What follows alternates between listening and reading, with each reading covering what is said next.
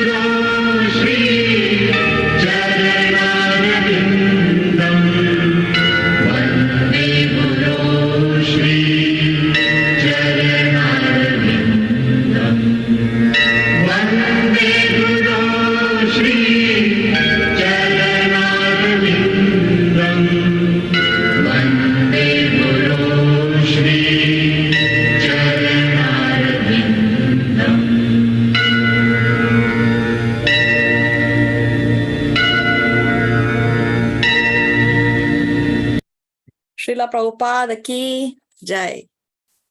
Om Jnana Timirandasya Jnananjana Shalakaya Chakshurun Militam Yena Tasmai Shri Gurave Namaha. Nama Om Vishnu Padaya Krishna Prestaya Bhutale Srimate Bhaktivedanta Swamin Iti Namine. Namaste Saraswate Deve Gauravani Pracharine Nirvishesha Shunyavadi Paschatya Deshatarine. He Krishna Karuna Sindhu Dina Bandhu Jagatpate Gopesha Gopika Kanta Radha Kanta Namostute Tapta Kanchana Gaurangi Radhe Vrindavaneshwari Vrishabhanu Sute Devi Pranamami Hari Priye Vancha Kalpa Taruvyascha Kripa Sindhu Vya Evacha Patitanam Pavanebhyo Vaishnavebhyo Namo Namaha. Shri Krishna Chaitanya Prabhu Nityananda Shri Advaita Gadadhar Shrivasadi Gaura Bhakta Vrinda. Hare Krishna Krishna Krishna Hare Hare Hare Rama Rama Rama Hare Hare. Please repeat after me. Om Namo Bhagavate Vasudevaya. Om Namo Bhagavate Vasudevaya. Om Namo Bhagavate Vasudevaya. Om Namo Bhagavate Vasudevaya. Om Namo Bhagavate Vasudevaya. Om Namo Bhagavate Vasudevaya. Okay, since in the previous class we didn't have time for question and answers, does anybody have a question from the previous class?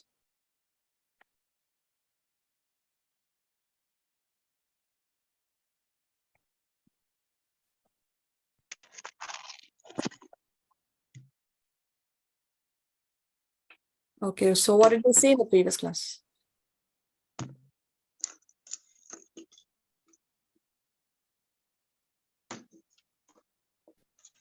We are on chapter number 2. Okay, so Chapter far number we 2. have, yeah, chapter number 2 we have covered. 2.18. What's that? 2.18. We have covered 30 shlokas of chapter Yeah. 2. So, as we discussed, this chapter is divided into 5 sections. We have covered 2 sections so far. In this chapter, we see Arjuna giving his 5th reason not to fight, and we see Arjuna surrendering to Krishna.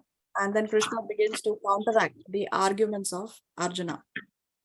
So we saw Krishna counteracting Arjuna's compassion argument in section 2. And he's defeating Arjuna's compassion argument by saying that your compassion is for the body, whereas compassion should be for the soul. So Krishna distinguishes very clearly the difference between the body and the soul. And within section 2, we saw the subsection of spheres of truth. What is a vision? of those who are educated in scriptural knowledge, how they see things differently. In today's section, we will be seeing Krishna defeating Arjuna's enjoyment argument. One of Arjuna's reason not to fight was, he said, how will I enjoy the kingdom in the absence of those very people that I would like to share the joy with? So Krishna now counteracts that by coming up with arguments based on karma kanda. Now, what do we mean by karma kanda? Please pay attention, important concept, new concept which you have never seen. Karma kanda means to perform material religiosity. Now, what do we mean by material religiosity? When we perform any services to the Lord, but we expect something in return, that is called material religiosity. For example, if I go to a temple and I pray to the Lord saying that I can donate so much to the temple, but I want that my son's seat in the medical college should be sanctioned. So that is called karma kanda. It is called material religiosity. That kind of donation or that kind of activity or any service for that matter is not done because I have love for the Lord. It is done because I want something in return from the Lord. So that is called material religiosity. Pure service, pure devotional service is done only out of love for the Lord. We do not expect anything in return. So karma kanda is on the material platform. Because Arjuna's this reason of enjoyment is a less noble reason. It's not a very elevated reason. See, you can say compassion is an elevated reason. The fear of taking sinful reaction also elevated reason. But when it comes to enjoyment, saying that I cannot enjoy the kingdom, it's a less noble reason of Arjuna. So therefore, Krishna is counteracting that reason of enjoyment on the material platform. Because even Arjuna is on the material platform, his reason of enjoyment is on the material platform.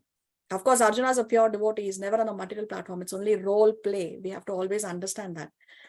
But because Arjuna's this reason of enjoyment is on the material platform, Krishna also is answering the material platform. So he's going to answer this concern of Arjuna based on karma kanda. So what is karma kanda? Material religiosity. Who can read today?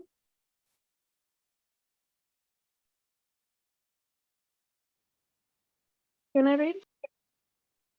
Yes, Devina. Thank you.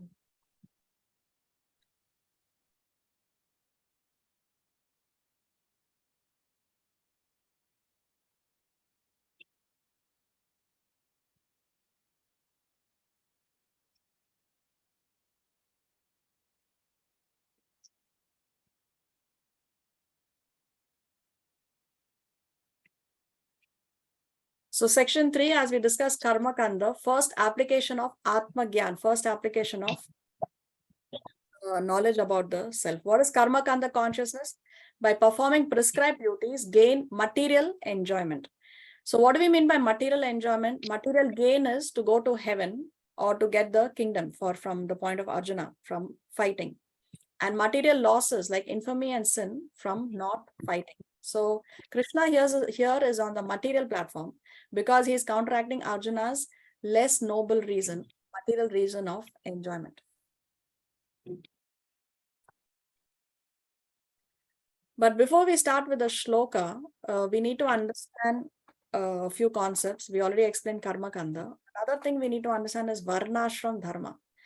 What is this varnashram dharma? Varnashram dharma is varnashram is a combination of two words, varna plus ashrama. Now there are 4 varnas and there are 4 ashramas. What are the 4 varnas? 4 varnas are brahmanas, kshatriyas, vaishyas, and shudras. This is the original caste system of Vedic society, which was started by Krishna himself. Krishna says this in the 4th chapter. We will see that when we go to chapter 4. And the 4 ashramas are brahmacharya, grihastha, vanaprastha, and sannyas. So the 4 ashramas are division of the society based on one's work. What is the kind of work one does and what is the nature of a person. Brahmanas have a certain nature. They are more tolerant, they are more educated, they are more wise. So Brahmanas have a certain nature. Kshatriyas have a certain nature. They are more in the mode of passion, and they are known for their physical strength and for their courage.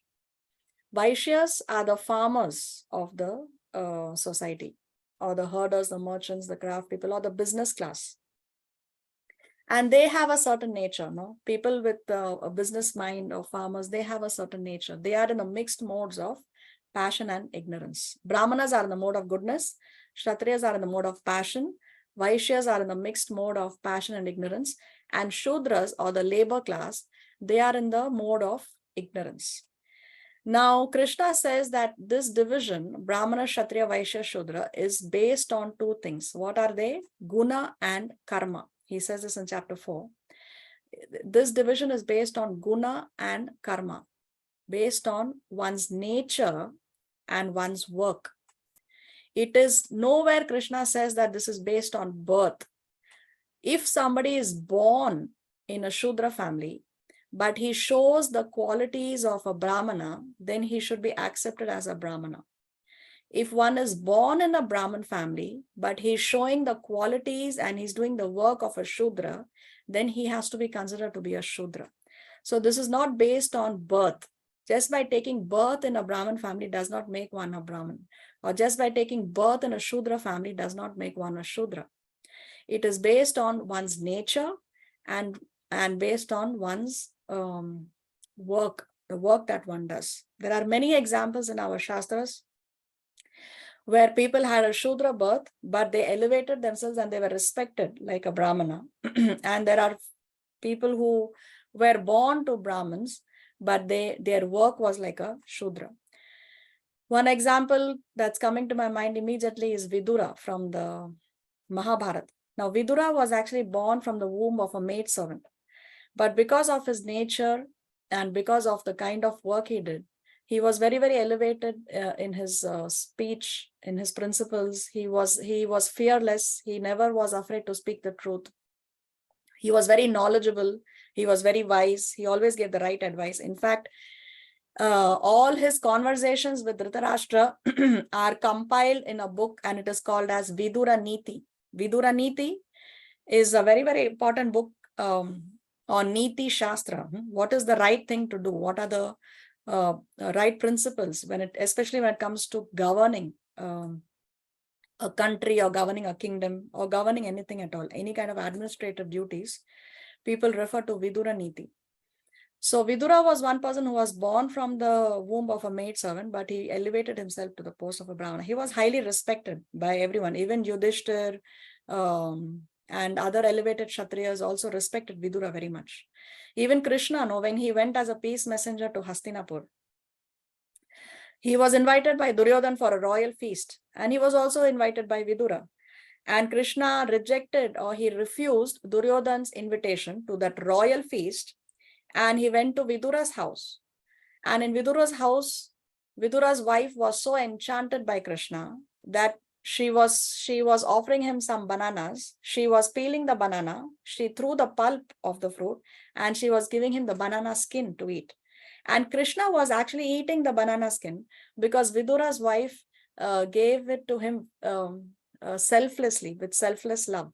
So therefore, Krishna was even eating the banana peel. And I heard in a lecture that if you really want to understand this Leela of Krishna eating the banana skin, one day try eating a banana skin and you will understand how is this relationship, how sweet this relationship is of Krishna with his devotees. And one person who was born in a demon family, but he elevated himself, was Prahlad. Prahlad was born in a demon family, Hiranyakashipu. His father, Hiranyakashipu, was the founder Acharya of demoniac principles, if we can say that. Hiranyakashipu and his father Hiranyaksh, no? But Prahlad, he was a devotee. He elevated himself from being a demon to that of a foremost Vaishnava. In fact, Prahlad is one of the 12 Mahajans, 12 authorities on the science of God, and only at the age of 5 years. So just birth in a Brahman, Kshatriya, Vaishya, Shudra family does not make you a Brahman, Kshatriya, Vaishya, Shudra. It has to, what matters is the guna and the karma, the kind of work you do and the kind of qualities, the nature that you have. So these are the 4 varnas. And 4 ashramas are division of the society based on the stages of life. The first stage of human life is that of a student. Then comes grihastha or married life. And then comes retired life, vanaprastha. And then comes sannyas or renounced life.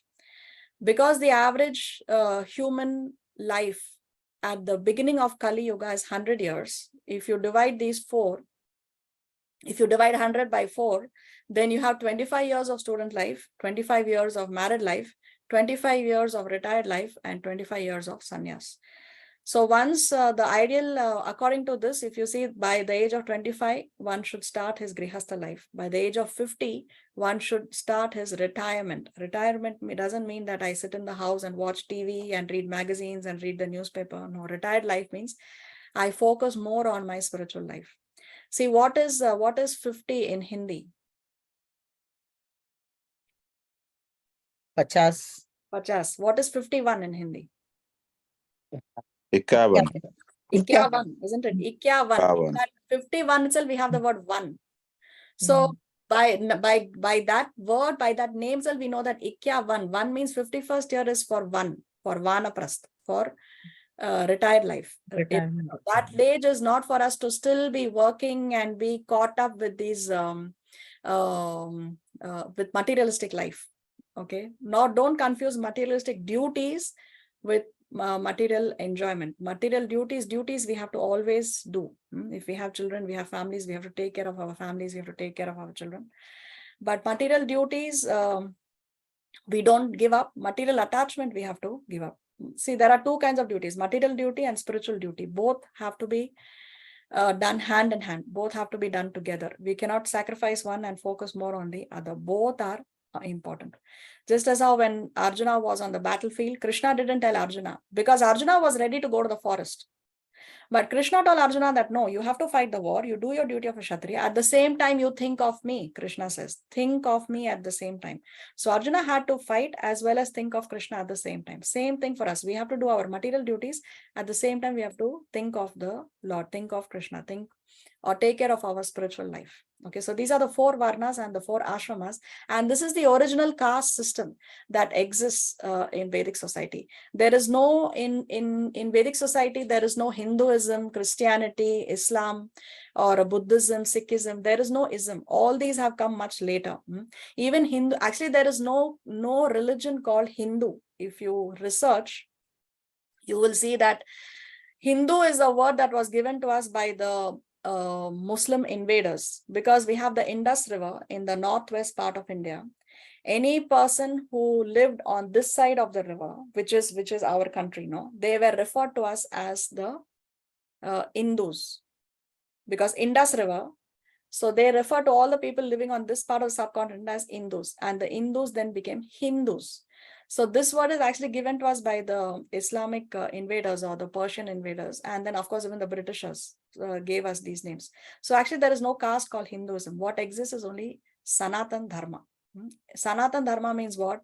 Eternal religious principle. That's it. Eternal, Sanatan, eternal religious principle. That is Sanatan Dharma. So trying to understand a little more about this Varnashram system, the Brahmanas are, if the Vedic society had to be given a human form, then the Brahmanas are the heads of the society. The Kshatriyas are the arms, the Vaishyas are the stomach, and the Shudras are the legs of the Varnashram system. Now, the Brahmanas are the heads because they are the most intelligent class. They are very wise and they teach, right? They give knowledge to the rest of the divisions in the Varnashram system. So Brahmanas are the heads of the society. Now Kshatriyas are the protectors. They protect the living entities within their kingdom. So therefore they are compared to the arms of the society because they have physical strength also. For protection, you need strength. Vaishyas are the business class. So they are the one who keep the goods moving in the, there is movement. So it's the stomach that receives the food and then sends the nourishment to all parts of the body. So Vaishyas are compared to the stomach, and the Shudras are the labor class or the workers. They get the work done. So they are, and so it's the leg that takes the Vaishyas, Kshatriyas, and it's the legs that, I mean, we move on our legs, right? The rest of the body can go from one place to the other place because of our legs. So it's the Shudras who get the work done, no? The artisans, the painters, the workers. The Brahmanas, they receive donations. They receive donations, they do not work, they live on voluntary donations because they focus more on educating the society. If they have to go for a job and work, then they have that much less time to educate the rest of the society. And their role as teachers is very, very important. So the Brahmanas don't work, they live on donations.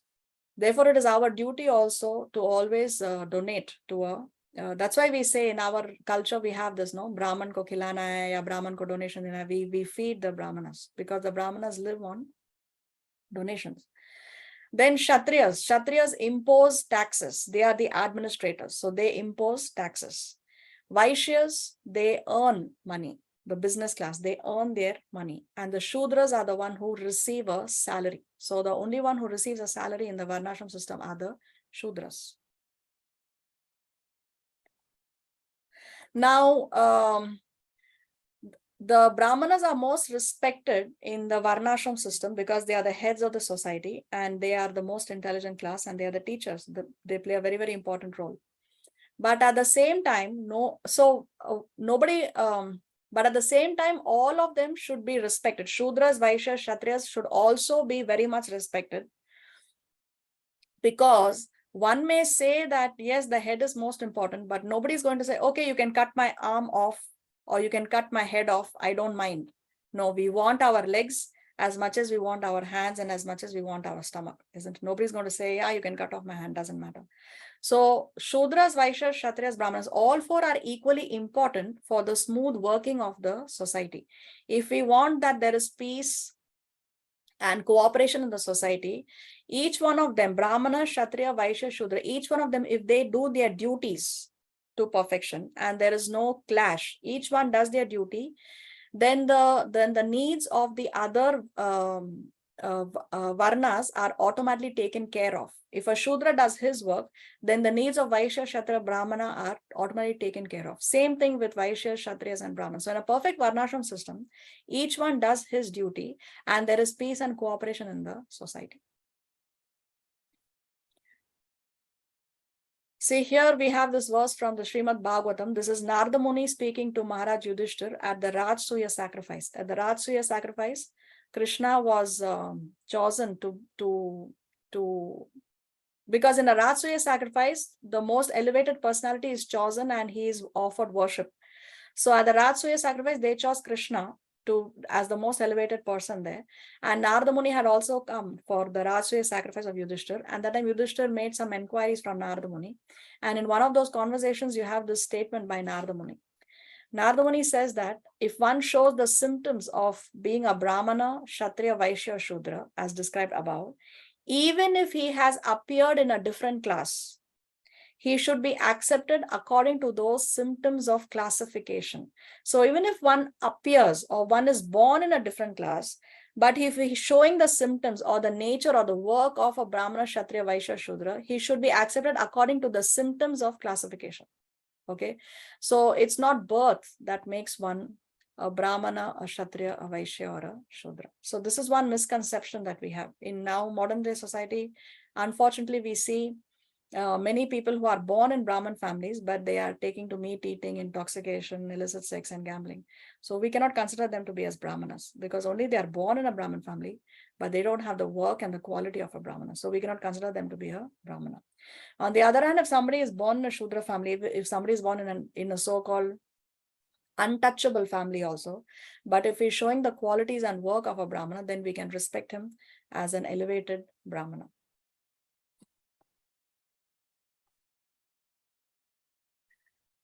Okay, let's hear the shloka.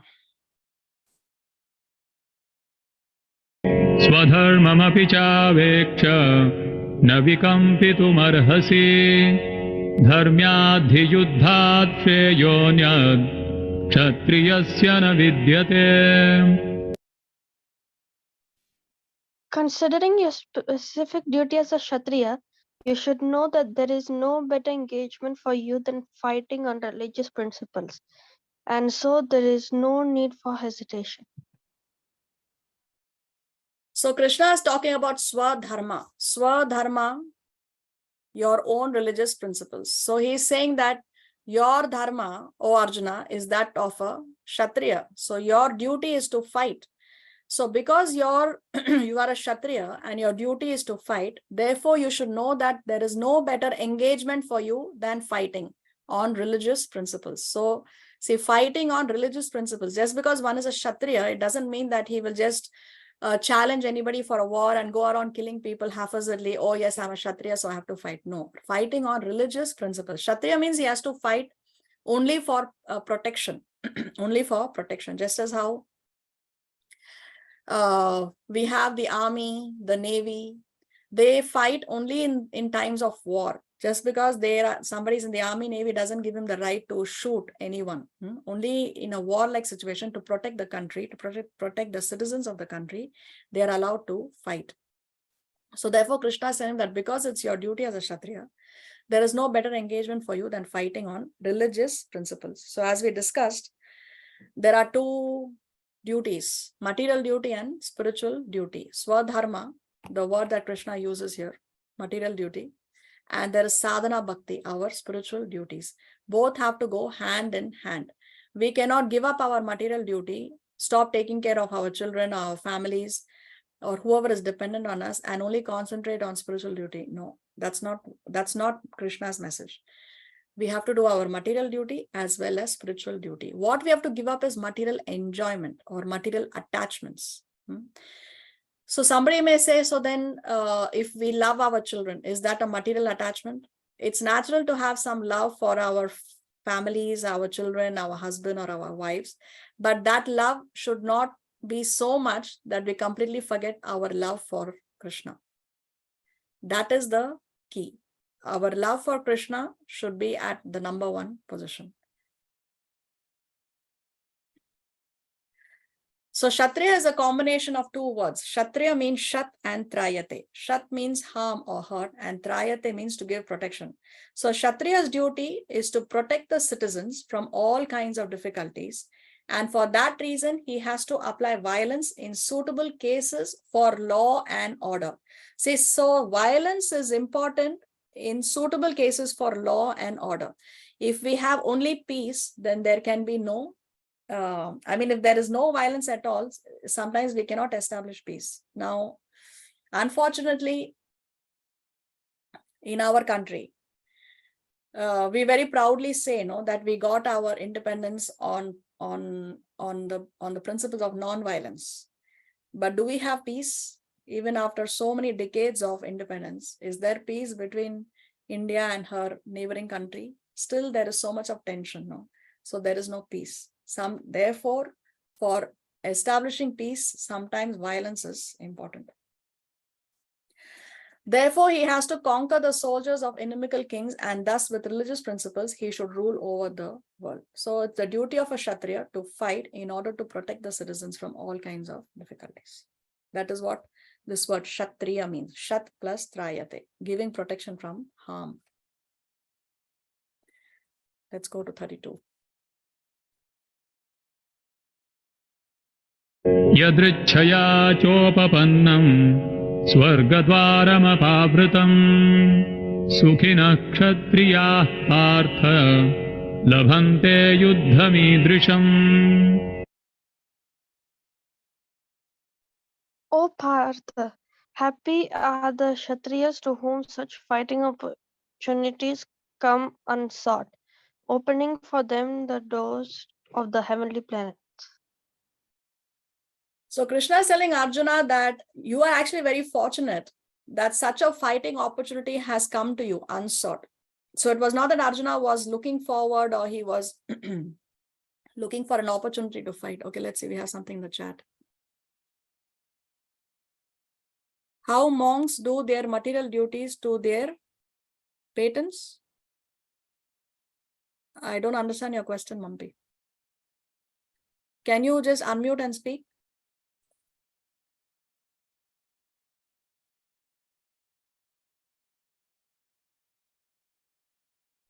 Mataji, it's parents.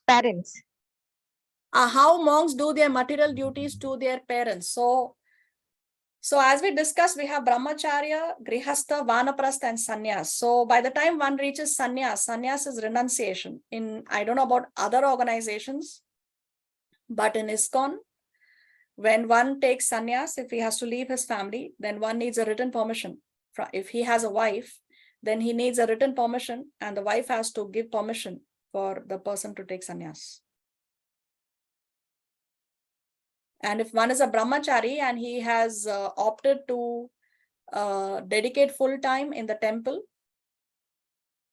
then it doesn't mean that he has to cut off all relationships with his parents. A brahmachari is different from a sannyasi. A sannyasi, once one takes sannyas, then he cannot see his wife anymore. Okay, because now he has bid goodbye to his grihastha life. But a brahmachari can definitely go to his parents, visit them. If they have any difficulty, he can support them, help them. And if they are sick, he can stay with them and take care of them. A brahmachari doesn't mean that he can never see his parents anymore.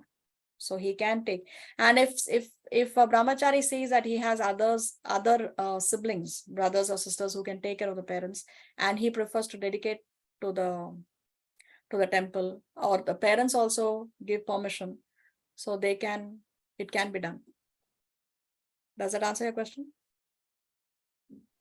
Yes, Mataji. Thank you. You're welcome. Okay, so here Krishna is saying that happy are the Kshatriyas to whom such fighting opportunities have come unsought. So he's telling that you are very fortunate that this opportunity has come to you. This opportunity to fight this war to establish dharma has come to you unsought. Why? Because this has opened the doors of the heavenly planets. When one does his duty to perfection, then one can go to Swarga, one can go to the heavenly planets. Now remember, here Krishna is not talking at the spiritual platform. Krishna is talking only on the material platform. Now going and enjoying in heaven is not a spiritual destination, because heavenly planets are still in the material world. In the spiritual world, we have Goloka, we have Vaikuntha planets. But Swarga or heaven is still in the material world. So Krishna is not talking about reaching a spiritual destination, because remember, Krishna is talking about Arjuna's enjoyment reason. So because Arjuna is talking about enjoying, Krishna is saying, okay, you can enjoy in heaven, because in heaven there is unlimited facility to enjoy. So Krishna is saying that, yeah, you want to enjoy, you can go and enjoy in heaven, and you should be very happy that this fighting opportunity has come to you without even asking for it.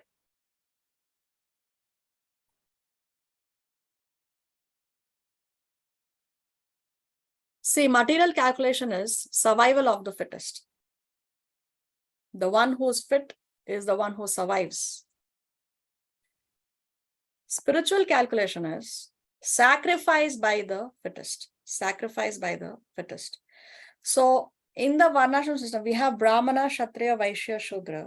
Amongst these four, who's the fittest physically? It's the Kshatriyas. Now, because the Kshatriyas are physically strong, therefore they have to sacrifice the most.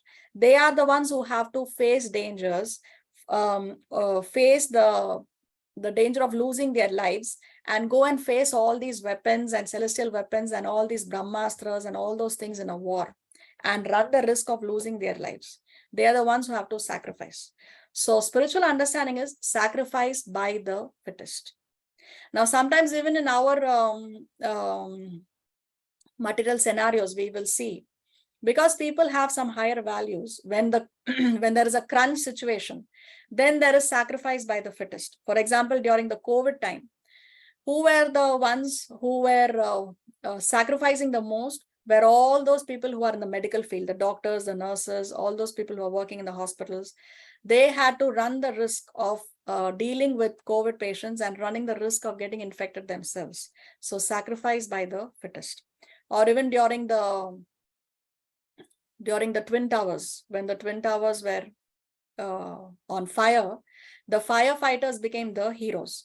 So why? Because of higher principles, So spiritual understanding is sacrificed by the fittest. In our spiritual life also, one who, see, spiritual life is not all about I learn, I chant my rounds, I follow the 4 regular principles, and I'm on my way back home, back to Godhead. No. Spiritual life means that I take care of my spiritual life, I chant my rounds, I follow the regulative principles, but I also have to encourage others to do it. I also have to give this teaching to the others, because spiritual life means I go back home, back to Godhead, and I try to take back as much people as I can also back home, back to Godhead. That is spiritual life. Krishna, at the end of the Bhagavad Gita, in the 18th chapter, Krishna says that one who gives this knowledge to the others is most dear. There is no servant more dear to me than him, Krishna says. So spiritual life means we receive the mercy, but we also want to give the mercy to the others without any discrimination. Not that you, yes, can receive the mercy because I like you, but I don't like you. I'm on an ego trip, so I don't want you to receive the mercy. No, that's not spiritual life. Spiritual life means just like how the sun shines equally on a beautiful lake, and also the sun shines equally on a urinal. From the urinal, the sun is also absorbing all the filth, all the urine and all the smell and everything. The sun takes away, isn't it? So the sun is not making a discrimination between a beautiful lake and a urinal. So in the same way, the mercy is there for everyone. The Lord's mercy is there for everyone. And we should try to give the mercy as much as possible to as many people as possible. So let's try to understand, because we said that the heavenly planets are still the material world. This is one universe. There are millions of such universes. Where are these universes coming from?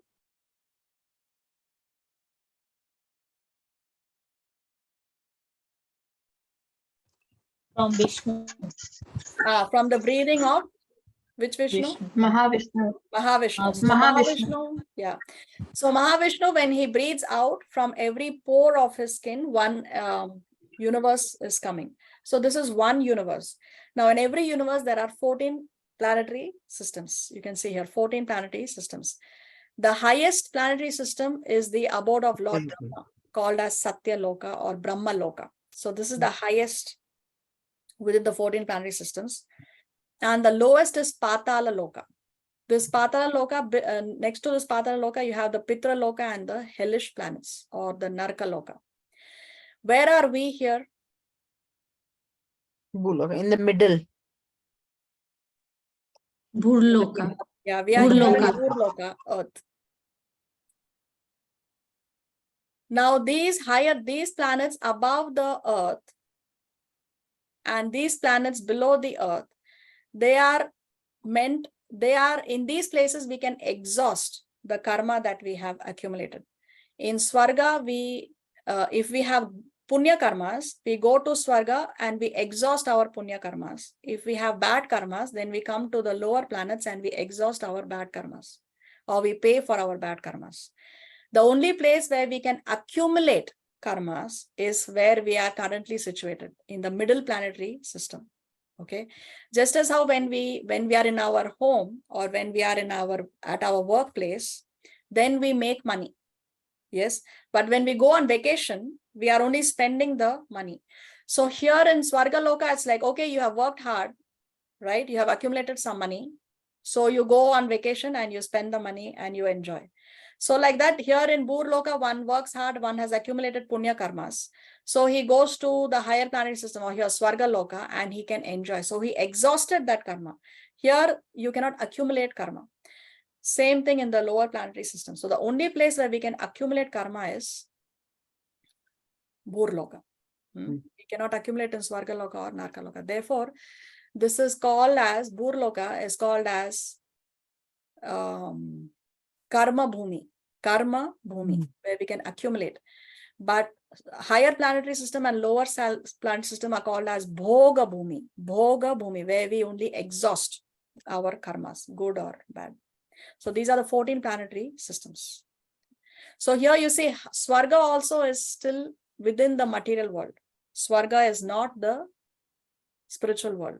So when somebody passes away, we say so and so Swargvasi ho gaya, Swargvasi. So he has gone to Swarga, but it is not so great. There is something greater than that, which is we would want people to become Vaikunthavasi or Golokvasi, not Swargvasi. But our concept somehow is still stuck only in Swargvasi.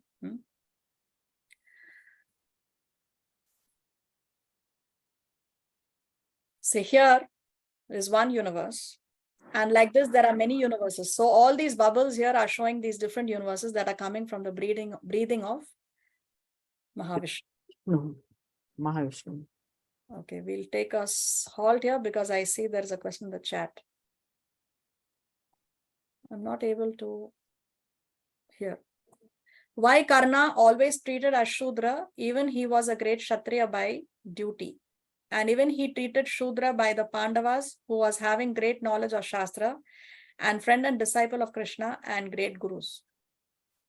See, Karna was not showing the qualities, pure qualities of a Kshatriya, because Kshatriyas were not only physically powerful, but they had the ability to use the power only in situations where it was required. One cannot, just because one is physically powerful, that doesn't mean that he goes around fighting, or he's envious, or he wants to prove that he's superior to the others. Karna's fault was that he was very envious of Arjuna.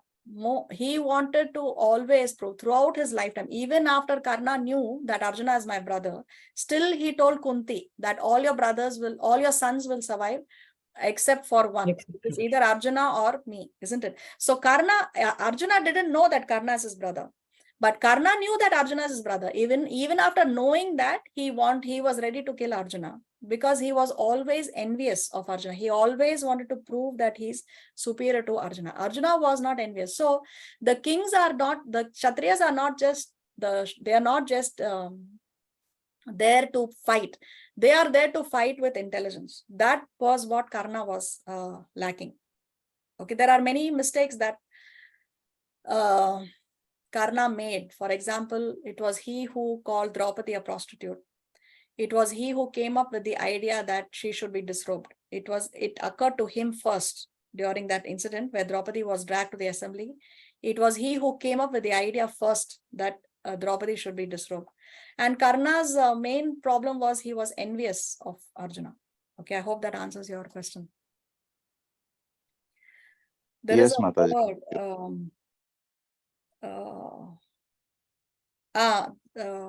The Rajas or the kings were not just kings, they were actually Raja Rishis.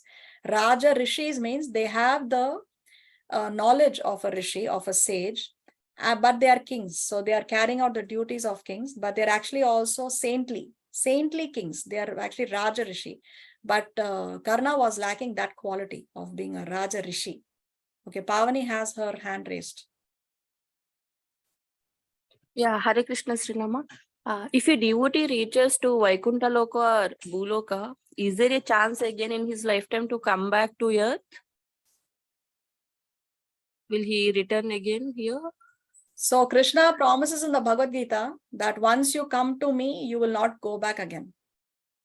Okay. So even if a devotee reaches to Vaikuntha, the Goloka, there he, what does he do there? Does he chant? Or in Goloka there are services to be done. Every single person, every single entity in Goloka also has his service to the Lord. Somebody is offering flowers, somebody is offering prayers, somebody is singing for him, somebody is worshipping him, somebody is composing poetry. So everybody has their service for the Lord. Now, of course, in a special case, let's say somebody has reached Goloka, but the Lord wants to send him down on a particular mission. I want you to go and preach my message of the Bhagavad Gita. And this devotee, a pure devotee, it doesn't matter to him whether he's in Goloka or he's in the material world. All he wants to do, he wants to serve the Lord. So on a special mission, if he has to come down, if it's the desire of the entity to come and preach, and or the Lord wants to send him on a mission, then he can come back. But he will not come back and come back because he has contaminated himself, or he's impure, or because He has a desire to be the controller, like most of the other people on the planet. Okay. Okay. Hare Krishna. Thank you. Okay. Karna had a brother who was punished for chanting Gayatri mantra. I don't know about this person. I have never read. So if you know more, then please inform Rajan Giridhar Prabhu.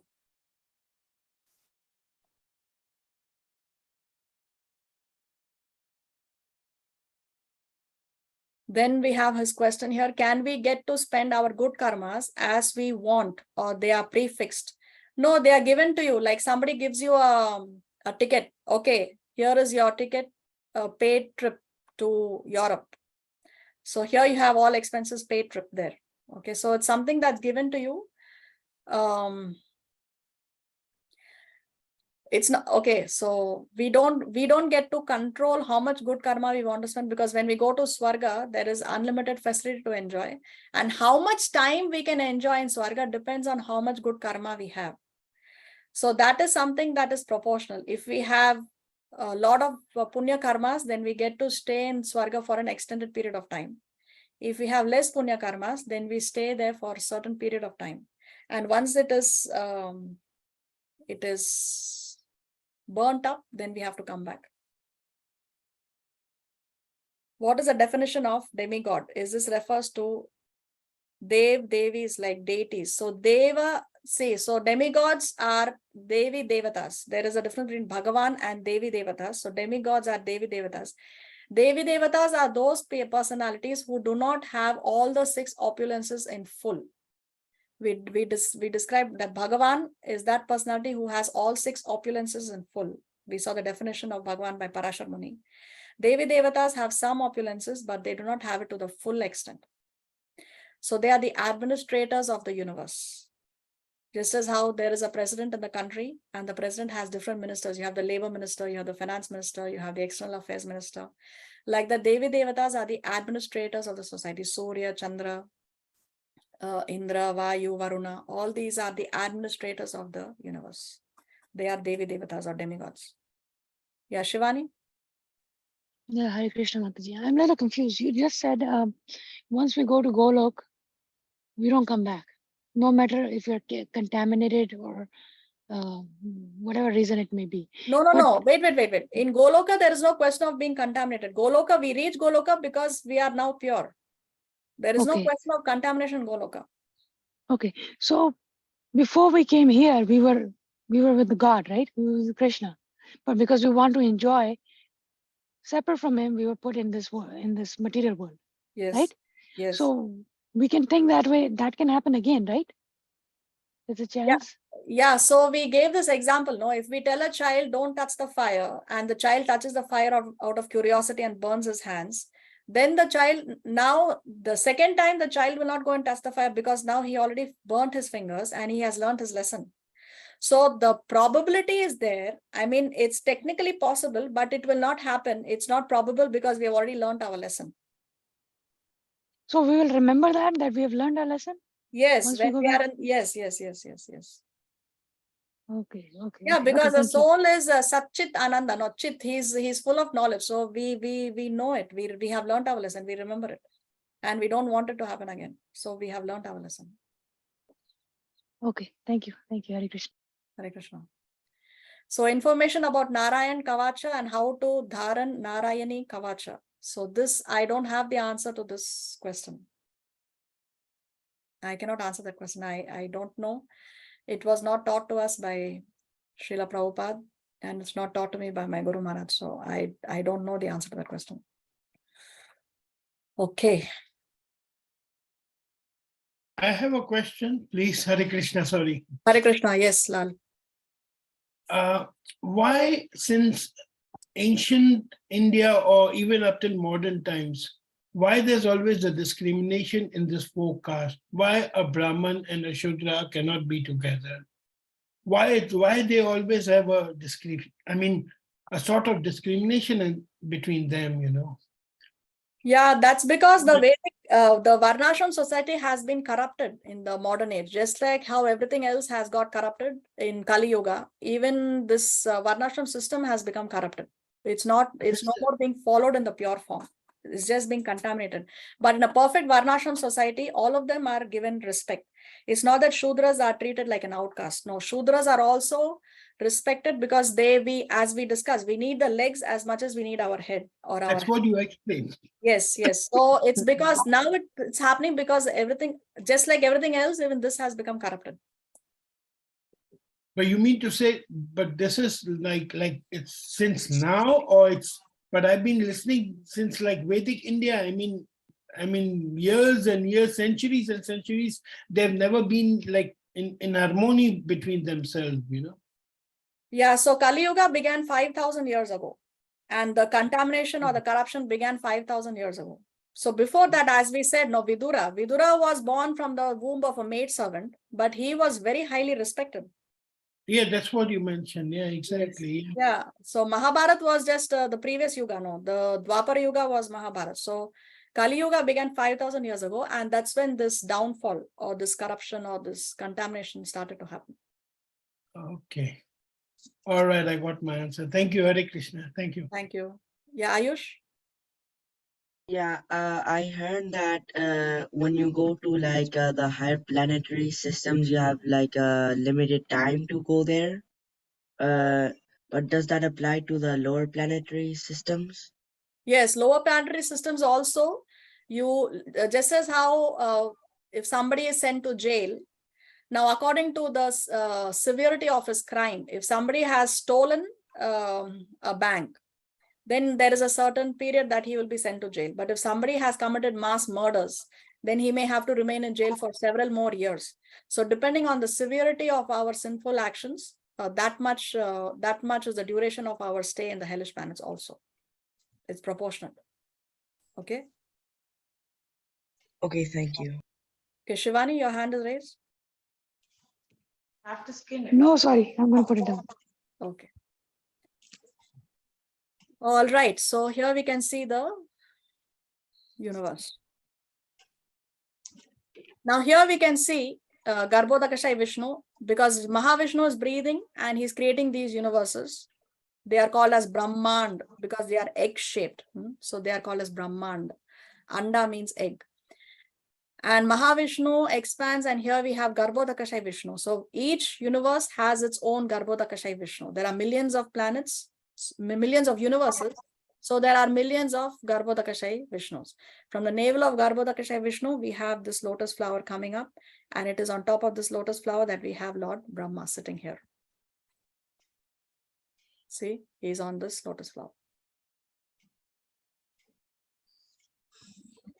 So we even have the information of what is the diameter of this universe. Our universe, the diameter of our universe is 4 billion miles. 4 billion miles.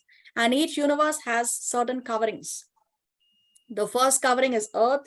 The second is water. The third is fire. Fourth is air. Fifth is sky. Sixth is total material energy. Seventh is false ego. So beginning with the covering of the earth, each covering is 10 times greater than the previous one. So each covering is 10 times greater than the previous covering. And the diameter of the universe is 4 billion miles. Now, this is only about our universe. Okay, so different universes have different size. There are universes that are small size. There are universes that are big sized. So our universe is 4 billion miles in diameter. See, here you have the proportions. So the full size of our Brahmanda egg-shaped universe is a massive 44 quadrillion, 444 trillion, 444 billion miles in diameter. So the universe, along with all its outer coverings, this is the size. Staggering. But we have this information in our scriptures. How do we know this? There is a pastime in the Chaitanya Charitamrita describes this Leela. That once Brahma went to meet Krishna in Dwarka. And when the doorkeeper asked Brahma told him that I have come to meet Krishna, please tell him that I'm here. So the doorkeeper tells him, please tell me your name and who are you? And he says, what do you mean, who am I? I am Brahma. So he says, but which Brahma? So he says, what do you mean by which Brahma? I am Brahma. And then Krishna comes out. So, Krishna understands that this statement is made out of ego. What do you mean by which Brahma? I am Brahma. So Krishna then manifests there on the spot different Brahmas from different universes. So this Chaitanya Charitamrita Madhya Lila chapter describes how there were Brahmas with 10 heads, 1,000 heads, 10 million heads, and Brahmas with so many millions and quadrillion heads. Okay, so all these Brahmas from different universes have appeared, and then our Brahma, the Brahma of our universe has 4 heads. So then our Brahma is seeing that there are all these Brahmas from all these different universes with so many millions and billions of heads. So then he realizes that I'm small and insignificant compared to all these others. So you can see our Brahma is here, our 4-headed Brahma.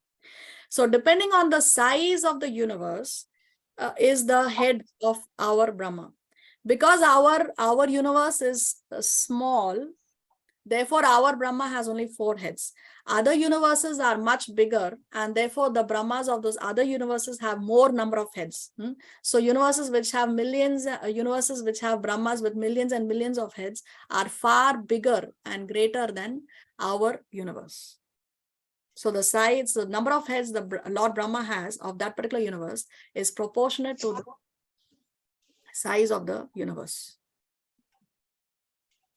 See, here you have our universe, then all these bubbles are the other universes, and then we have the Brahma Jyoti. The light that is emanating from Krishna's body is the Brahma Jyoti. And then beyond that, here you have the abode of Lord Shiva, Kailasha. Lord Shiva is between the material and the spiritual worlds. He's in between here. And then beyond Kailasha, here we have the Vaikuntha planets. Here we have the Lord in the 4-handed Vishnu. All the Vishnu tattvas are here, like Narsimha and Vamana, Varaha, Matsya. All these are here in these Vaikuntha planets. And here in the center, we have Goloka. Yeah, Harman, you have raised your hand.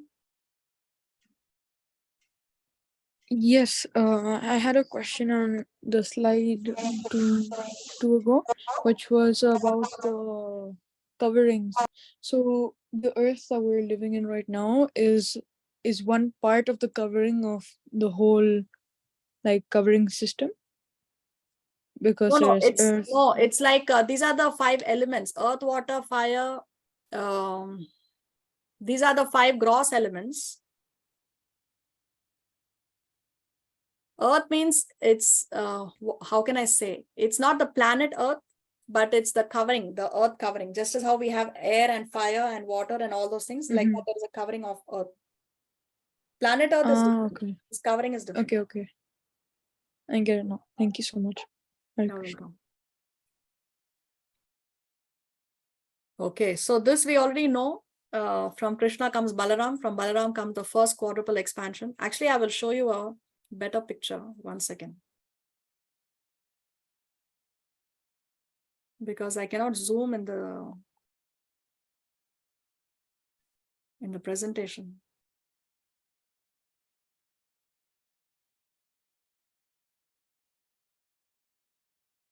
I want to open the picture here. 1 second.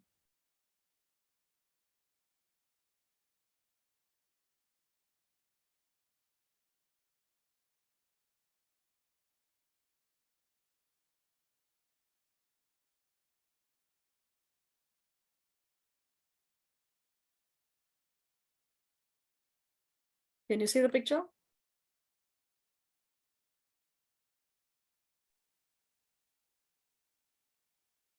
Yes. Yes.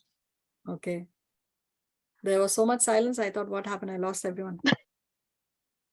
Okay, so you can see here at the rock bottom, you can see Ananta Shesha or Lord Sankarshan. And all these universes, all these millions of universes are on his hoods. He's carrying the weight of all these universes on his hoods. And it is described that the weight of the universe that he feels on his hood is like the weight of a mustard seed. on our head? Will we feel any weight of a mustard seed on our head? No. So he's so powerful, Anantashesha, that the weight of all these millions of universes are like the weight of a mustard seed on his head. So here we have the one universe with the 14 planetary systems. Here we have Garbhodakashayi Vishnu lying in the Garbhodaka ocean. And on top of this, we have Lord Brahma. And of course, Durga, she is the fortress of this material world. She will not allow a conditioned soul, an impure soul, to leave her fort, to leave her domain. She protects or she prevents anyone from leaving this place. Just as how one is a prisoner in a fort, the guards will not allow you to get out unless you're qualified to leave. So therefore, she will not allow you to leave so easily. Therefore, Maya Devi or Durga Devi, she brings in so many obstacles and temptations for us to see how determined are we to go back. That's the service that is allotted to her. And she does her service to perfection. So you can see Durga Devi here, she is the fortress of this material world.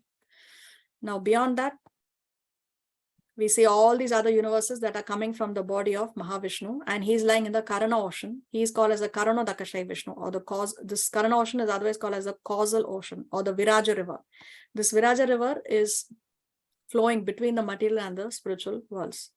Then you can see Brahma Jyoti, which is Krishna's effulgence. Beyond that, here you can see Kailasha. Lord Shiva is residing in between the material and the spiritual worlds.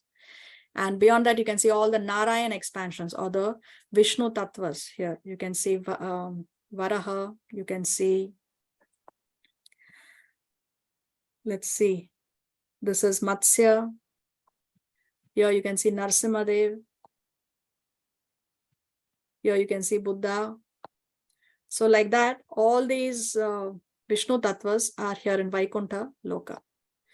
And then beyond that, here you have the lotus. You can see Krishna here in Golok. Krishna resides here eternally as a 16-year-old boy, and Srimati Radharani eternally as a 14-year-old girl. Now Goloka also, there are other divisions. In below Goloka at the border, here you have Mathura Dham. In Mathura Dham, Krishna is not living in the mood of Vrindavan. Here he's in a different mood. In Dwarka, he's in a different mood. Dwarka, of course, when Krishna lived in Dwarka, he lived as a king, more opulent. Vrindavan is the sweet dham, sweetness. It's infused with the sweetness of Krishna.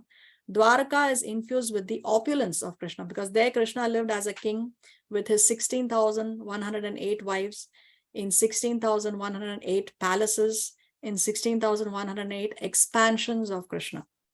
And then here we have Ayodhya Dham.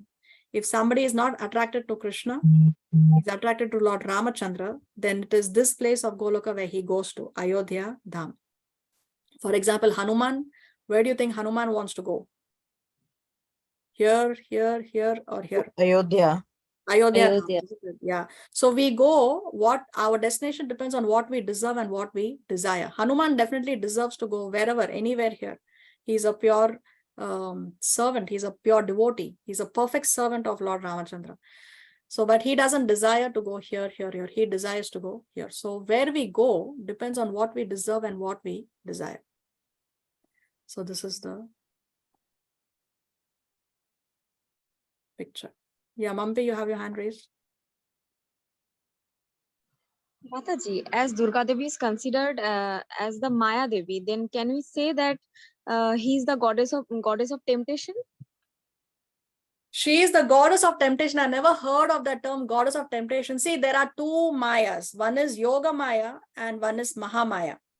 Now, Yoga Maya, Mahamaya is an expansion of Yoga Maya.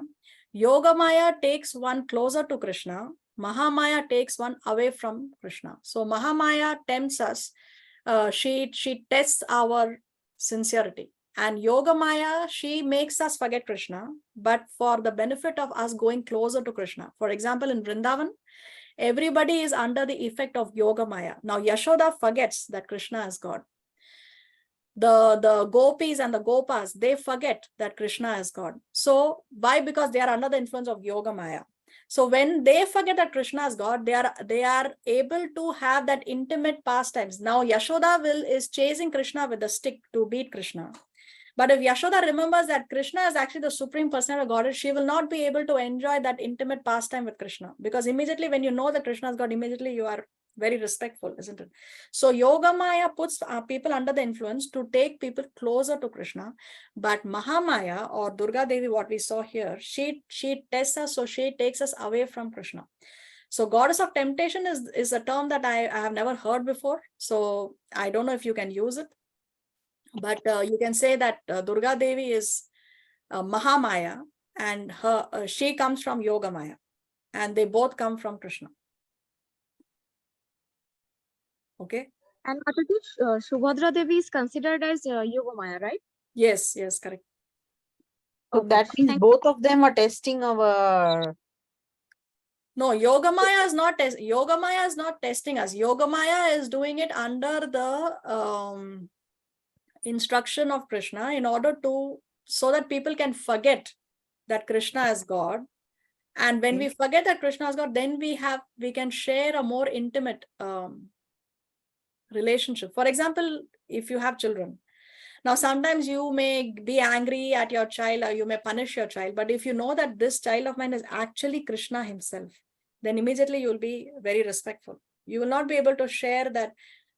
You may not hug him, kiss him, and okay. So because Yashoda forgets that Krishna is God, for her Krishna is her son. That's all.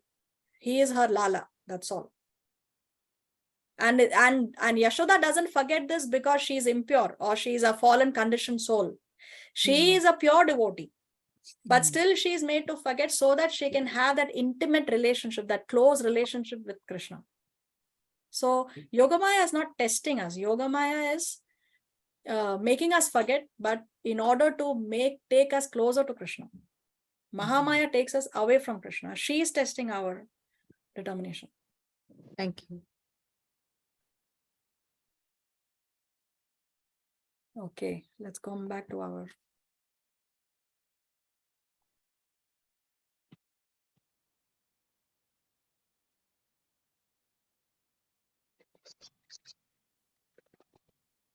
So here you can see who is where. This is Viraja River. And we have already explained Garbhodakashai Vishnu is here and Shirodakashai or Karanadakashai Vishnu is here. I'm sorry, not Shirodakashai. Shirodakashai Vishnu is the Paramatma and the heart of every living entities. So we have explained all this here. So which is the best place to be in? What do you think?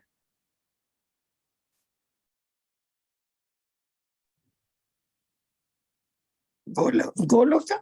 Gokloka, yeah. Yes. We may enjoy unlimitedly in Swarga Loka. I mean, we have unlimited facility to enjoy in Swarga Loka, but at the end of the day, when our punya karmas run out, we have to come back. But Goloka is one place from where we don't have to come back. So the best place is we don't have to become Swargavasi. We want to become Vaikunthavasi, or we want to become Golokvasi. Okay, we have a question here.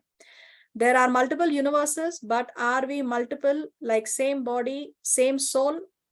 So there are different souls, there are different bodies, and one soul can transmigrate through different bodies. And yes, there are different souls. There are millions and millions of souls that are existing in the material world as well as in the spiritual world. Does that answer your question?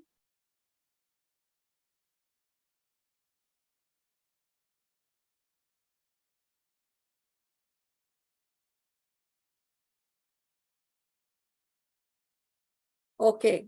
So this quote from the Srimad Bhagavatam, this birth as a human being is the best of all. Even birth among the demigods in the heavenly planets is not as glorious as birth as a human being on this earth.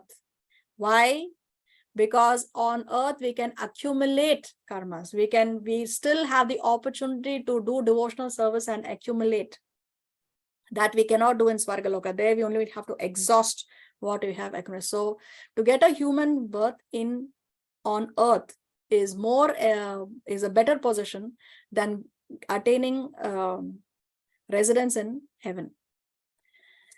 In the heavenly planets, due to profuse material comforts, there is no possibility of associating with devotees. That's the problem in heaven. There is so much material comfort that there is there is no probability that we will engage in devotional service. Or let's say it is possible, but not plausible. Yeah, Shivani, you have raised your hand. Yeah, so like you just said, that it's not possible to do devotional service in Swargaloka. Yeah. But still, can one, if one does bhakti, can they go from Swargaloka to Goloka? Yes, if that if is always there, because bhakti is not dependent on time, place, and circumstances. Anyone, anywhere, under any circumstances can do bhakti. So if he does in Swargaloka, he can get an upgrade. But it is not, it is possible, but it is not probable because of the high opulence over there. Okay. So like if one, living in this material world, you see that even though you have money, you're not happy. You have things. Yeah. But Okay, Shivani, your voice is breaking. I cannot hear you.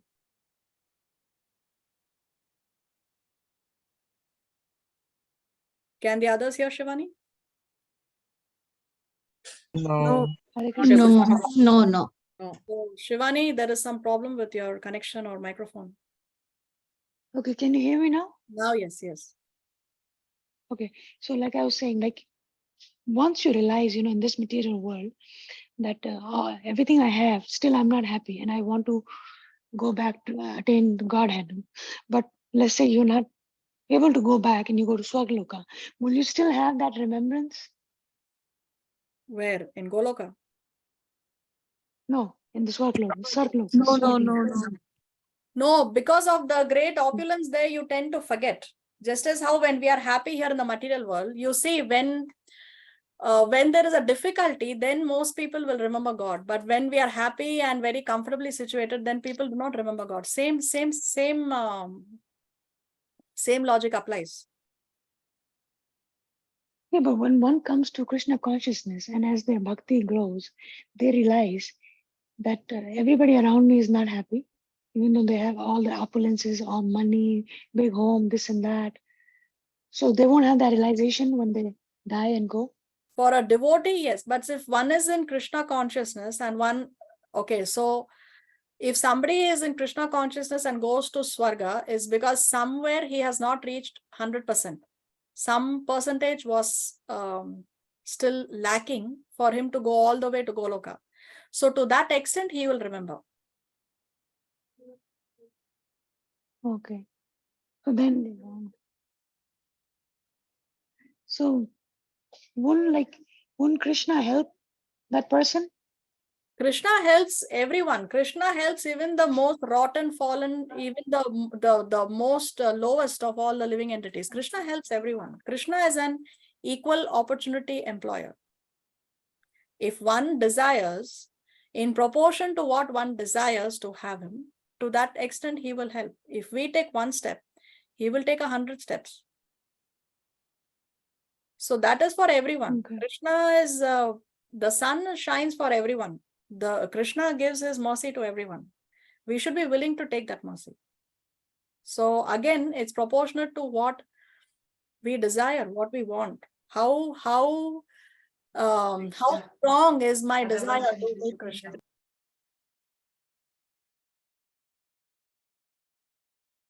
Okay. Okay. I got it. Thank you. Hare Krishna. Hare Krishna. Can I add something to that? Yes. Okay, never mind. Let's let the class go ahead. No.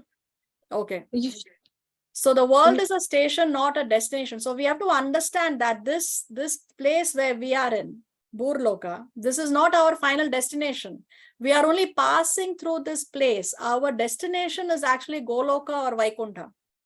So the world is a station. It's not a destination. Let's say we are traveling by train and the train is passing through so many stations. Okay, let's say I'm going from Chennai to Mumbai. It goes through so many stations and I will get off only in Mumbai, right? If I get off before that, then I'm a fool because I have not yet reached my destination. So I cannot make any of those stations through which the train is passing by my destination. I cannot get off there and stay there. I have to reach my destination. So all these planetary systems here, Swargaloka or Narkaloka or Burloka, these are all stations temporary stations. It's not our destination. Our destination is Goloka, Vaikuntha Loka, because that's where we originally came from. So don't make this your place. Don't become comfortable here. Don't try to make yourself comfortable here. Work towards reaching to your destination. That is intelligence.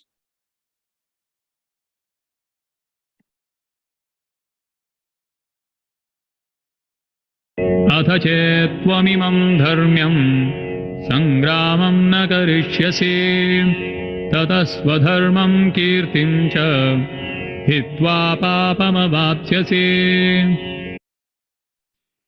If, however, you do not perform your religious duty of fighting, then you will certainly incur sins for neglecting your duties and thus lose your reputation as a fighter. So here from 33 to 37, Krishna is going to talk about three things that Arjuna will lose if he does not fight the war. The first thing that he says that if you do not fight this war, what will happen? The first thing is you will incur sinful reactions. And then what he will lose? He will lose his reputation, Krishna says. So if he doesn't fight, he will incur sins and he will lose his reputation. Now, why he will lose his reputation, Krishna explains in the next verse. अकीर्तिं चापि भूतानि कथयिष्यन्ति ते व्ययाम् सम्भावितस्य च कीर्तिं मरणादतिरिच्यते. People will always speak of your infamy, and for a respectable person, dishonor is worse than death. So Krishna is saying that people will speak of your infamy. People like to gossip, isn't it? People like to gossip. So they will gossip and they will say that they will talk ill about you, and you will lose your kirti, you will lose your fame, Krishna is saying. And then Krishna says, for a respectable person, dishonor is worse than death. Dishonor is worse than death. Most of the suicides that happen, it happens because of emotional pain or physical pain. What do you think? Emotional pain. Emotional pain, isn't it? Because when somebody hurts you emotionally, that is more painful than when somebody hurts you physically. That's why there are more suicides because of emotional pain. So dishonor is worse than death, Krishna is saying. See, in our Mahabharata, there was this time when Jayadratha tried to kidnap Draupadi.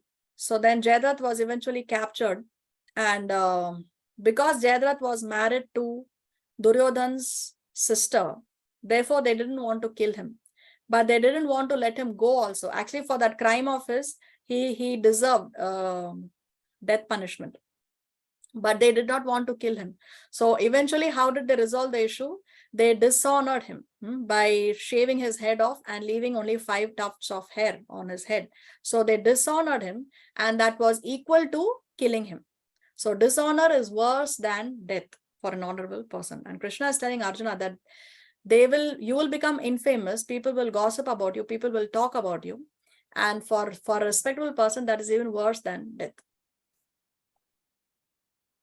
Now let's discuss this thing about, because one may think that why is it so important for a devotee, what's honor and dishonor? A devotee should not worry about that, should not care about it.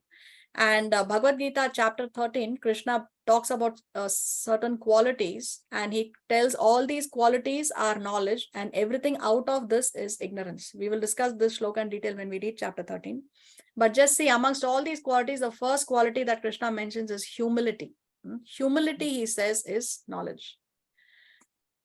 And then also there are some quotes. Now, Srila Prabodhananda Saraswati is an acharya in our disciplic succession.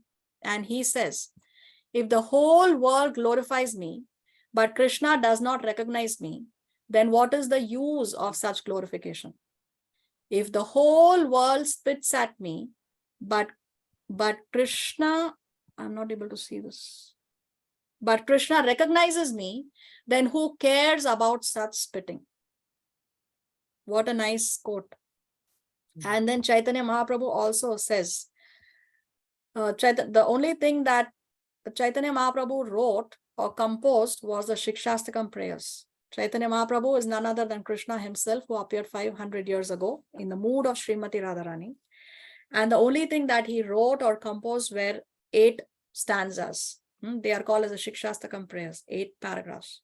So in that, he says, Trinadapi Sunichena, Tarar Iva Sahisnuna, Amanina Manadena, Kirtaniya Sadahari. So he says one should chant the holy name of the Lord in a humble state of mind, thinking himself lower than the straw in the street. One should be more tolerant than the tree, devoid of all sense of false prestige, and ready to offer all respects to others. In such a state of mind, one can chant the holy name of the Lord constantly. So if anybody has a problem chanting, then this is the mood in which we should chant. If we chant in this mood, then chanting will become that much more easier for us. So anyway, Chaitanya Mahaprabhu is talking about being lower than the straw in the street, more tolerant than the tree. And Srila Prabodhananda Saraswati talks about what is the need for the world to glorify me, but when Krishna recognizes me. So one may think that then why is Krishna telling Arjuna about protecting your honor? So is there a contradiction? Here we see Krishna commending humility. And in the verse that we just saw, Krishna is commending protecting one's honor. So both are right ways, obviously, because both are spoken by Krishna. So is there a contradiction? What is the opposite of humility? Who can say? What is Having the ego. Having ego. Having False ego, ego, violence. violence, humility. Disrespect. What's that? Honor, Disrespect. Disrespect? honor, I didn't get that. Honor. honor. Somebody said honor. Honor? Pride. Yes, pride. Pride, The pride. opposite of humility is pride. Very nice. Opposite of humility is pride. Now, pride and honor are not the same thing. Pride and honor are not the same thing. Now, for my spiritual life, if I want to protect my pride, that's good for my spiritual life or bad for my spiritual life? Bad. Bad. But if I want to protect my honor, Good. good. Why? Because when I protect my honor, I'm protecting my reputation. And to protect my reputation is very, very crucial, because what Krishna says, whatever great personalities do, the whole world follows, copies. So as a preacher or as a devotee, I want to protect my honor, because if I am accused, let's say that somebody says that I saw this devotee smoking on the road. Now this devotee should come out and protect his honor and say that, no, I was not smoking, or there is a misunderstanding, or whatever it is, right? He has to protect his honor in order to set the example for the others. So protecting one's honor is important for one's spiritual life, but protecting one's pride is bad for our spiritual life. So honor and pride are two different things. It's not the same thing. See, let's Can go you to- also tell the difference, Mataji, between honor and pride? Yeah, we will see this here in this. It'll be clear here. Wouldn't being dishonored help one to become humble? Not necessarily, because authentic humility grows not by being disrespected externally, but by finding inner fulfillment and thereby becoming detached from external respect. So humility means what? Humility means I am not being happy and excited when I am glorified, because I am satisfied internally. If one is a pure devotee, one is satisfied internally. He has the inner fulfillment, and it's not that he is looking for being fulfilled or being glorified by people externally. Of course, we have to glorify pure devotees for our own purification. We glorify pure devotees so that we can get pure. We can get pure. We don't glorify pure devotees so that the pure devotee can become even more purer, because he's already a pure devotee. Okay, the pure devotee does not get excited when he hears his glorification. That is humility. That is humility. Now, Gita's central message is neither humility nor honor. It is dutifulness. Okay, duty towards the Lord. What is our duty towards the Lord? That is Gita's central message, to do our duty, material duty as well as spiritual duty. Now, both humility and honor are meant to assist in devotional dutifulness. Both humility and honor help us in doing our duties, help us in doing our devotional duties. By cultivating humility, we make decisions based on not what will be praised as good, but what will actually be good as per scripture. So humility means I do that which the Shastra says. I don't do that which will please the people, because my aim is not that the people should praise me. You understand? By cultivating honor, we ensure that we stick to our word and our duty, even when it is difficult. So cultivating honor means, because I have to protect my honor, there may be times when it is difficult for me to stick to my word, stick to my duties, stick to my religious principles. But because I have to protect my honor, I will ensure that I stick to it even when it is difficult, because I want to protect my honor. I don't want to be dishonored. In a cultured society, dutifulness is honored and irresponsibility is dishonored. So if a preacher or a devotee or a Vaishnava is living his life in an honorable way, and he wants to protect his honor, then he will keep away from temptations even during difficult times, because he does not want people to dishonor him. It's important that he protects his honor for the sake of preaching, for the sake of setting an example, because he is representing Srila Prabhupada, because he is representing his spiritual master. Thus, honor inspires us to stick to our duty. When we want to protect our honor, then we want to stick to our duty even during difficult times. Honor shouldn't be confused with pride or arrogance, which is the opposite of humility. The arrogant live for praise. In contrast, the honorable live for duty. For them, the social reality that abandoning duty will attract dishonor is a supplementary spur for living dutifully. Honor and humility can coexist. So honor and humility can exist together, even be synergistic. Synergistic means they go hand in hand, or they help. I mean, when there is honor can lead to humility and humility can lead to honor. That's what this word means. When we resolve to live honorably, the ensuing struggle, I'm not able to see this line, it's blocked here, 1 second. Okay. When we resolve to live honorably, the ensuing struggle compels us to acknowledge how weak we are. So we have to live honorably, we have to protect our honor, even in difficult situations. Then it leads us, so if we are struggling, yes, and that struggle makes us realize how weak we are, and how much we need Krishna's mercy. So we learn to depend on Krishna's mercy. We realize that I'm so weak, I'm not able to fight Maya. Constantly there is a war against Maya. I'm not able to fight her. Because we are in Maya's domain. This is her domain, right? Just imagine when we are under the water and we are struggling with an aquatic, who has a greater advantage? The aquatic has a greater advantage than us, because the aquatic is a water animal. He is in his domain. We will very quickly be struggling for breath when we are under the water. So when we are in Maya's domain, of course it's her domain, so she is much more stronger than us. So then we realize that we are very weak and we depend on Krishna's mercy. We always pray, oh my dear Lord Krishna, please save me from Maya. Please help me remain fixed up in your devotional service. We depend on Krishna's mercy. And then when we depend on Krishna's mercy, that is increasing our humility, because we are humble. We realize that I am not the controller. Krishna is the one who is in control.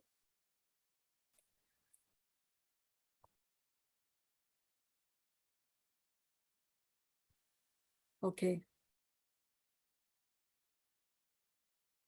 So honor and humility can coexist. See, live honorably means we struggle. And when we struggle, we realize that we are weak. When we realize we are weak, we depend on Krishna. And depending on Krishna means we are humble. So we realize that we are not in control. So cultivating humility doesn't mean soliciting dishonor. So Krishna is not contradicting himself. We'll have to stop here. We'll continue in the next class if Krishna so sanctions. Srila Prabhupada ki jai. Bhagavad Gita ki jai. Thank you, Mataji. Koti koti dandavat pranam. Hare Krishna. Thank Hare you. Krishna, Bhagavatam Mataji. Thank you. Thank you, Mataji. Thank you, Mataji. Hare Thank you, Krishna. Mataji. Hare Krishna. Thank you. Hare Thank you. Thank you. Thank you. Hare So Krishna. Shivani and Pavani. Hare Krishna ji. Thank you. Srinama, I have a question. Yes. Yeah.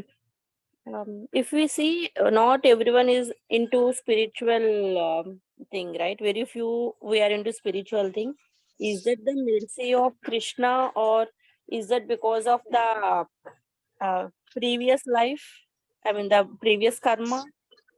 Yeah, so in the previous life, in this life, we carry on from where we left off in the previous life. Mhm. So, yes, it depends on what we did in the previous life. So if we left the previous life at 1%, we will continue here at 2%. If we left the previous life at 98, now we will continue at 99, right? So that is one factor, but that doesn't mean that there is no opportunity for me to become a devotee just because I didn't start my devotional life in the previous lifetime. Even if we surrender for one moment before we die, Krishna will take us. So that's no excuse. I'm not taking to devotional service because in the previous lifetime it's a factor that helps us, but it's not the final deciding factor. Still, if we see if our aim is to help someone, we see that why somebody else is not taking devotional service, then we can help the person by making him engaging in devotional service unknowingly, which we discussed earlier. No, Agyata Sukriti, it's called Agyata Sukriti. Unknowingly engage a person in devotional service. So that's the power of a pure devotee. A pure devotee is like a touchstone. You know, a touchstone, anything you touch with touchstone will turn into gold. So a pure devotee, anyone who comes in contact with a pure devotee, or anyone who can render some service to a pure devotee, he will be greatly benefited. If a pure devotee desires that this person should go back home, back to Godhead, then Krishna will fulfill the desire of the pure devotee, and he can go back home, back to Godhead, even though he may not deserve it. Okay. But in our lifetime, at some moment, maybe that moment, I don't know when it comes, we move into devotional service, right? That seed will Krishna, he reaps in our mind, or how do we get at that? Because some moves into spiritual life at 20, 30, 50, right? Morning, So at Yeah, what time, how do we know? No, so when it happens, it again depends on so many factors. Now, दो पढ़ी हैं वहाँ पर. if by chance somebody comes in touch with a pure devotee, then as I said, a pure devotee is a touchstone. So when in 20, 30, 40, 50, इसमें से नहीं depends पढ़ना. on when he comes in touch with Guru, Sadhu, Shastra, when he comes in touch with a devotee. A devotee, when you come in touch with the devotee is when is the beginning of your good fortune. See, when Srila Prabhupada went to the West, all those people there, they were all, Srila Prabhupada walked into America when America was in the middle of that hippie, what is it called? Hippie movement, if I may use that word, right? Now, what did Prabhupada do? He converted all those hippies into happies, because one Prabhupada, one pure devotee there, he made so many devotees around him. Otherwise, if not for Prabhupada, then where would they have started their devotional service? Okay. Yeah, Shivan. One final question before, please. I just want to. Yes, Lal. The word dharma comes from not performing the duty or something like that. Because you didn't mention anything. I mean, you never mentioned the word dharma. But you mentioned the word duties. Even though if you are you have to perform your duties towards your family, towards everybody. That's what you said. That's exactly the word dharma comes in the Bhagavad Gita. Okay, the word dharma has many meanings. One word can have several meanings. One meaning of the word dharma is duty. One of the several meanings. Okay. But it's not the only meaning. You mean to say dharma, the other other definitions for dharma also. you mean to Yes, say. yes. See, Sanskrit is the kind of language where a lot can be put in one word. That's why our scriptures are in the Sanskrit language, because a lot of information can be delivered in less words. And the quality of a language is known by how much information is put into in less words. Okay, so when I translate, for example, when I translate a document from English to Spanish, Spanish will require more number of words than English to explain the same text.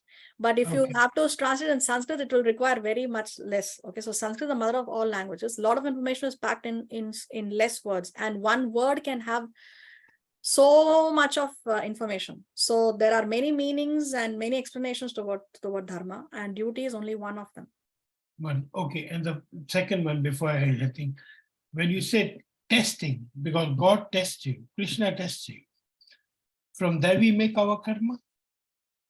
Yes, when you are tested, then they know how much you are determined. For example, if let's say one is in okay, I'll tell you my own personal example. I made a big mistake of traveling on an Ekadasi. Okay, so the day I left Santiago, it was Ekadasi. And as I travel, then, Ekadasi, the date changes according to one's geographical location. So when I was on the flight and when I was transiting in that country, it was Ekadasi on that date. And when I reached India, it was still Ekadasi in India also. So I had to fast like for two and a half days continuously. And on the flight, you don't get Ekadasi food. So, there are such situations where your determination to follow your devotional principles, your regulatory principles are tested. So these are the times when you are known how determined are you to stick to the principles, to stick to the principles of Guru, Sadhu, and Shastra. That's where, because you have to really want to go to Goloka. You have to really desire it from the core of your heart. Externally, I can say so many things. Oh, I want to go to Goloka. But do you really want to go? It is such situations which show your true colors or your true intentions. So you mean to say you're not calculating your flight dates and all. You did a good karma, you mean to say. No, it was a mistake. Actually, one should never travel on an Ekadasi. It was my mistake that I traveled on when I booked the ticket, I didn't see that it was an Ekadasi. So from that, I learned my lesson. Whenever I have to book my ticket to anywhere, first I check with, I hope it doesn't coincide with an Ekadasi. So yeah, but then because I was on the flight and it was Ekadasi, I followed Ekadasi. I had some fruit and survived on milk, but it was not a good idea. So yeah, such situations come up. Knowingly, unknowingly, you are in a situation where your determination is tested, and then it's And good that for makes you your for your karma. own self-analysis also. How well did I do? For example, when there was this earthquake, 2010 big earthquake in Santiago, we devotees were discussing, so were you able to chant the Hare Krishna mantra? Because when death strikes, your thing is that you should be able to remember Krishna at the time of death. And many people were surprised that we were not able to remember Krishna at that time. We were thinking of other things. So your test, those are the times when your thing is tested. And then for your own self-analysis, you can say, did I pass the test? Was I able to remember Krishna at that particular point of time or no? So then we know how Krishna conscious are we. Externally, one may be chanting 16 rounds, following the 4 principles and learning the Shastra and be able to quote the shlokas and this and that. But at the crunch moment, did it happen? Okay, I got it. Thank you. I don't want you to open up more about your things. Yeah, I'm getting some secrets out of my bag. Hare Krishna. Thank you. Hare Krishna. Yeah, Shivani, you have your hand raised. Oh, I didn't realize. No, I just wanted to say I'm looking forward to, being taught by you the Bhagavatam as well. Oh, that's In beyond the my near pay future. scale. No, Mataji, don't say that. In the near future, Krishna willing. Looking forward to that. Hare Krishna, Dhamma Pranams. Thank you, Hare Krishna. Okay, anything else we need to discuss? Hare Krishna, Sonam. Hare Krishna. Hare Krishna. Yeah, Divya? Next Saturday, do we have our classes? Yes, thank you for reminding me. Next Saturday, there will be no class on the 22nd because we have a program and I have some services that I have to take care of. So unfortunately, I'll have to suspend the Gita class for next Saturday, 22nd. There will be no class, and Krishna willing, we will see you in 15 days from now. Thanks. Mataji, is there any way we can have it on Friday? Hare Krishna. No, Friday, I don't want to have it on Friday because not everybody would be able to attend on a Friday. I don't want to change the date and time. I want to stick to the same date and time because this time suits everyone here. And I don't want anybody to miss out on the class because they cannot make it on a Friday. So Mataji, better can we we- have the recording as soon as possible for today class? Because I have to review a lot. Yes, I will put it up immediately after the class. I will put it up. In fact, you can go to Thank my you. YouTube channel and see the live recording. It's already there actually as soon as we end. Okay, great. Okay, Lavina, you were saying something? No, I said thank you so much. Okay. All right. So remember, 22nd, there is no class. If you are in Santiago, please do attend the program. We have it in Renato Sanchez 4000, Sala de Eventos, a Purushottam program with His Holiness Bhakti Bhushan Swami Maharaj. So it's a program with a pure devotee, a bona fide spiritual master, the month of Purushottam. In the month of Purushottam, any activity that you do, you get 1,000 times the benefit. So I hope you all have your ghee lamps ready. Please light your ghee lamps every day in the month of Purushottam. It may seem to be a very ordinary activity, but you cannot even imagine how big ball of spiritual credit you're going to take in if you do this simple procedure. Offer your ghee lamps and chant the 15th chapter of the Bhagavad Gita every day in the month of Purushottam, beginning the 18th of July. Okay. So yeah, if you're in Santiago, please do attend the program on the 22nd, and please do follow the month of Purushottam wherever you are on the planet, and chant your rounds. If you're not already chanting, then please, I request you to chant at least one round every day, only 10 minutes, and you will see how your life transforms for the better. Okay, on that note, we'll end today's session. Thank you all very much for joining. Thank you. Thank you so much. Vancha kalpatarubhyascha kripa sindhubhyaivacha पतितानां पावनेभ्यो वैष्णवेभ्यो नमो नमः। श्रीला प्रभुपाद की जय। श्रीमद् भगवद गीता की जय। Jai. Jai. Hare Krishna, Dhamma Pranam. Hare Krishna. Hare Krishna. हरे Krishna Hare Krishna. हरे Krishna Hare Krishna. हरे कृष्ण।